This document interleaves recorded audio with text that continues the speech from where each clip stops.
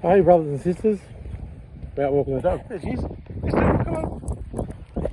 Yeah, instead of bitching and complaining, I thought thank all my gang stalkers and abusers today. You know, the ones who have orchestrated the neglect and abuse on my person. Because to be fair, it's been a fucking epic life, eh?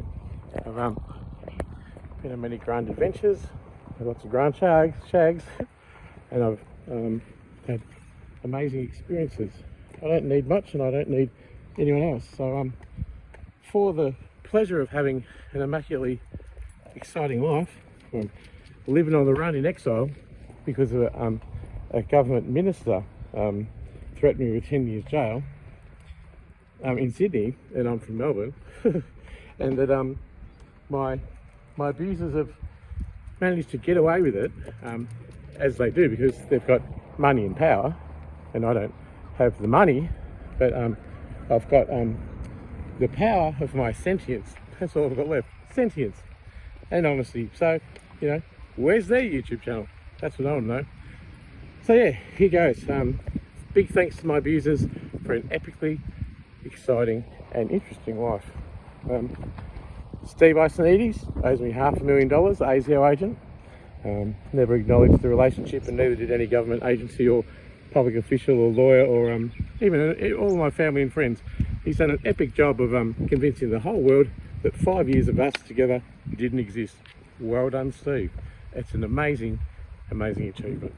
The other one is, shout out to Danny Pearson, the workplace minister, who rejected my work cover. Paul Fowler, he was the guy at Comcare. He rejected it on account of I wasn't an employee. And it was upheld at the AAT, defended by Kate Watson. Good on you, Kate, the lawyer, HPC, or HB, whatever it is. And in an inequitable way, it was a bloodbath, and Member Pinnell upheld that decision. Amazing. Member Pinnell from the AAT, thanks. And I just want to give a shout out to Scott Treadwell from the Federal Court, because he responded to my public interest disclosure, and he acknowledged that there's an imminent risk to my health, wealth, safety and life. That was in 2023, you know, before just about many suicide attempts and being made homeless. And yeah, he also acknowledged that inadvertently, by rejecting my whistleblower statement, that I was an employee of DSS. Who would have thought? So there you go. I'm a public official within my remit to make a public interest disclosure. So thanks to people like Paula Stratton from DSS, and who's the other chick at NDIS? Can't remember her name. And all of the government ministers who've responded in a negative way on infactual and improper evidence that my public interest disclosures were neglected. You're all fantastic. It's meant a great amount of deceit and lies and conspiracy and absolute neglect and poverty for me. But you know, it's thrust me into a life where I can appreciate the other things in life, such as grass, trees, my dog, and I don't have much else. But I just want to say that also that dog spelled backwards is God, see, and that's really all you need. And here she is, Crystal, woo, woo. She's amazing. I'm amazing, and you're all amazing in your deceit, lies, conspiracy, and by being bribed by power and money and influence and politics in order to cause my detriment and harm. Well done, you're all epic.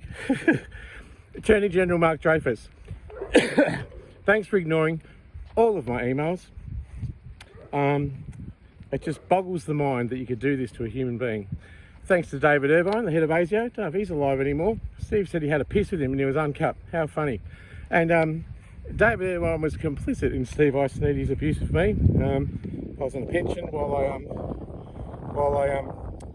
was with a relationship with him. So I should have declared it, but they all knew it, and I was stupidly paranoid we were going to get caught. So I did declare it, and Steve obviously thought he was going to lose money, and he was on 40 grand a month. So he got me to go back to the Centrelink and declare the relationship was over. And so I actually got around to emailing another great person, DSS Minister Justice Ray Griggs. He's a legend. He's really helped my situation because I emailed him and I said, hey mate, you better investigate me because I've committed $125,000 worth of fraud with Centrelink. And I provided the evidence that that we were together, that I was in receipt of the pension, and that he should investigate me or fine me to get the $125,000 back. And so he didn't actually do that. What he did was conveniently just totally and utterly gaslight, reject my letter and ignore me. And that's the amount of professional competence I would expect from probably a quadriplegic man going down the street with full support. And you know, this amount of neglect and abuse is akin to just getting a disabled man in a wheelchair with no possible way of fighting back, you know, with non-moving limbs and arms, and going straight up to him and punching him in the fucking head. And you know, DSS Minister Ray Griggs, you've done a great job in neglecting my $125,000 fraud, and that's for the purposes of protecting Steve Ioannidis, who owes me a cool $500,000. You see, I told Justice Ray Griggs that I'd pay the money back as soon as I was paid my money from him and my work cover, which Scott Treadwell has already acknowledged. I'm an employee of DSS. That's probably why Ray Griggs didn't want to acknowledge me. Yeah, that's a little bit of a pickle. It's a little bit of a political pickle, and I just wanted to say what was on top of that. There was the public interest disclosures that were rejected at DSS and NDIS. There were 1,000 things that have gone wrong, and I just can't believe that this government's so corrupt.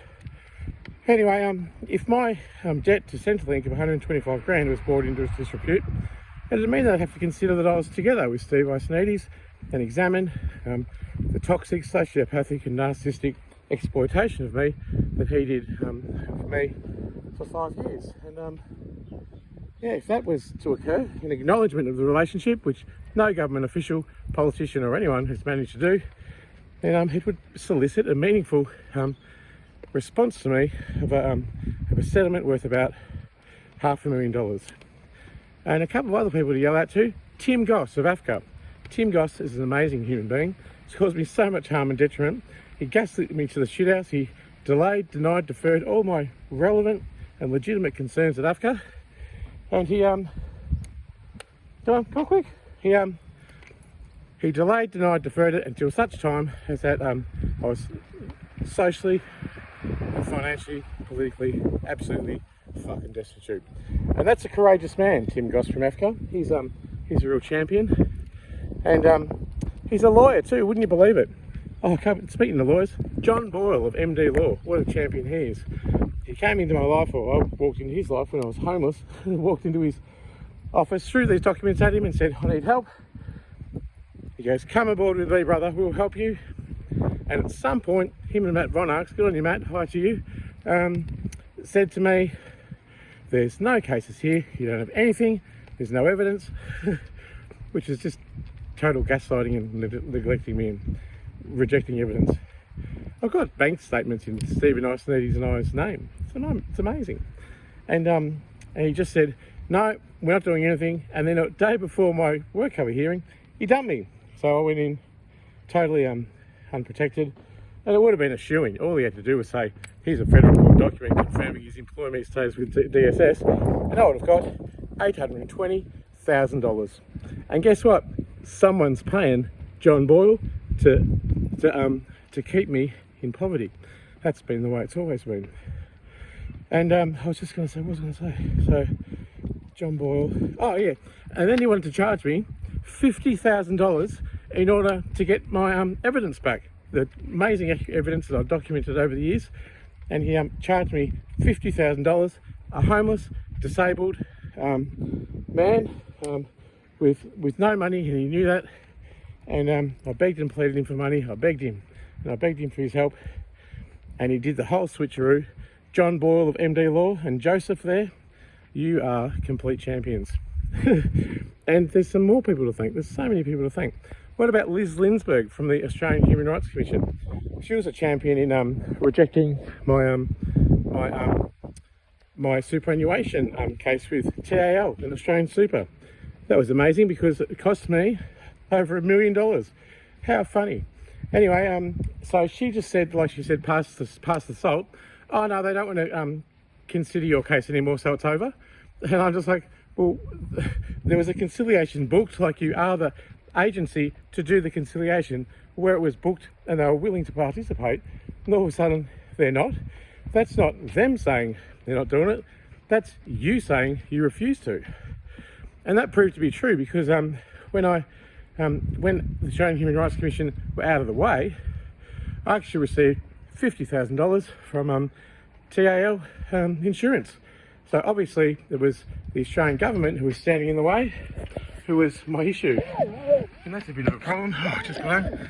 And I just want to say, thanks to, what's her name? Baber, who's evicting me in 2 days to become homeless as a homeless vagrant with my therapy dog as a disabled man. Thanks to you. There's so many people, all the hospitals that I've been to over the years. Thanks for acknowledging the ADHD that I have, because, you know, I did really amazing on that ADHD medication. Did a master's degree. I finished a PhD. I travelled. I wrote books. I published books. I funded race for the Royal Children's Hospital with a book I made called Grogan the Monster and What Do You Love? And I was just having an epic life. And as soon as I was hospitalised as a manipulation by Steve Icenides when I went after his super, and I had the suicide attempt, I've been in hospital 9 times and they still haven't provided me with a medication for a legitimate diagnosis that I have.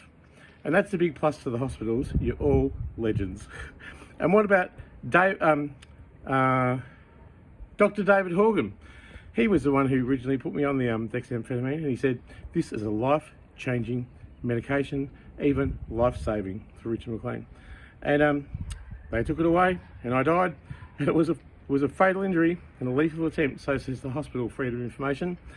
And then the whole world, including the Health Complaints Commissioner, the Mental Health Complaints Commissioner, IBAC, the police, and up to the Ombudsman, and all my family and friends, and the hospital, and all the healthcare services I've ever been with, have totally rejected that my tragedy ever existed, and the brain impairment that I have is just non-existent. So thanks to all my carers.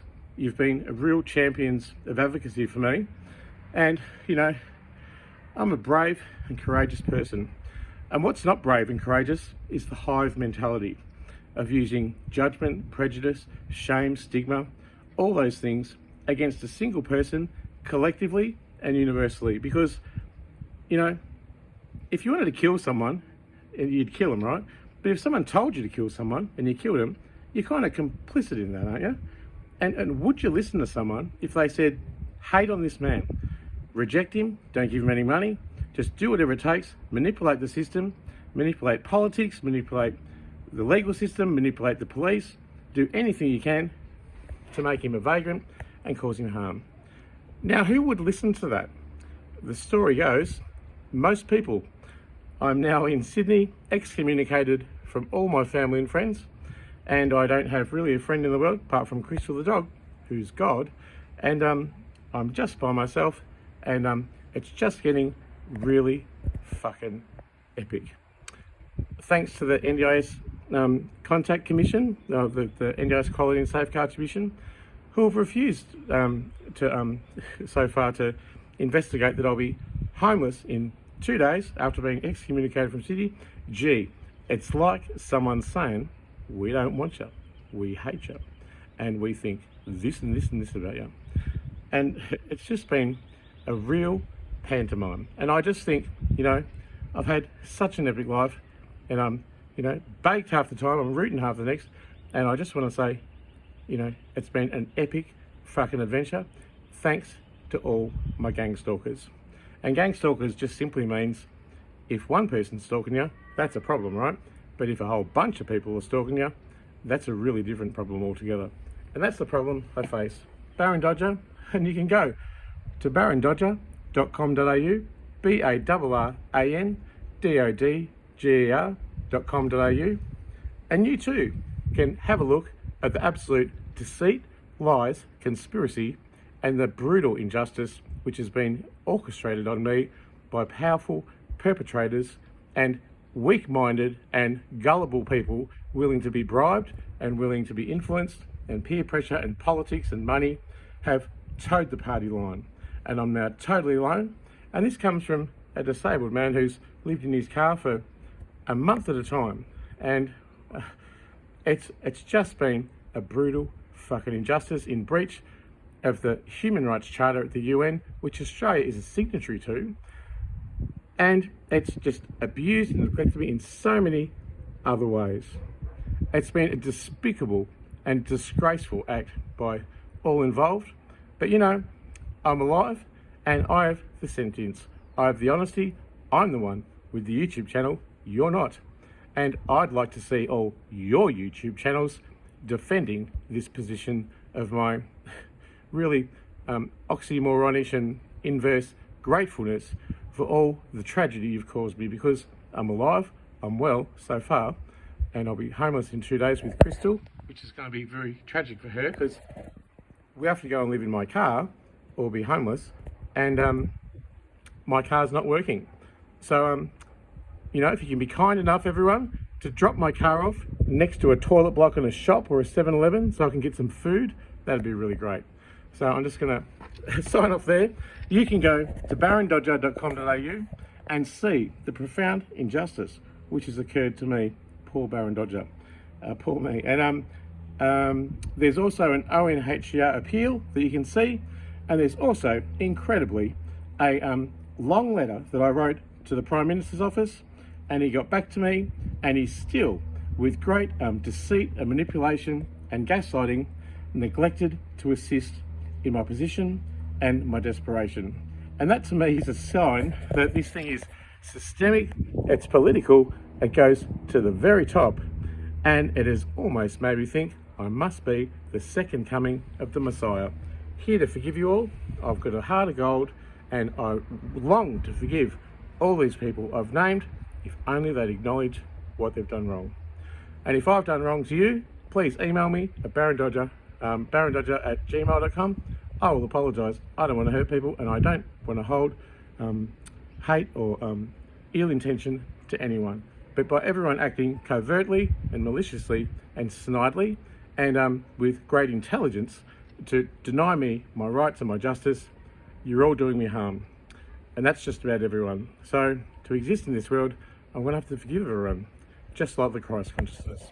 So that is my goal. I embody the Christ consciousness as an artist, author and advocate, and a doctor of philosophy who's been a compassionate advocate independently in this country for 30 years. And I've spoken in Australian Parliament, all over the country, on local, state, international levels, all over the media, and it's just getting good. I tell you, life is fucking grand, and I just want to thank you all. You've been amazing. My life is it's like being in a smoke and mirrors ASIO spy thriller, you know. And I just want to thank you because it's all been fucking great, and you shouldn't believe the hype, because you know what? Authorities aren't the authorities. Authorities are corrupt, because the authorities are made of human-made structures, and they are built ineffective and corrupt because they're made by what? Mortal men and women who are less than perfect, less than divine. They're designed that way.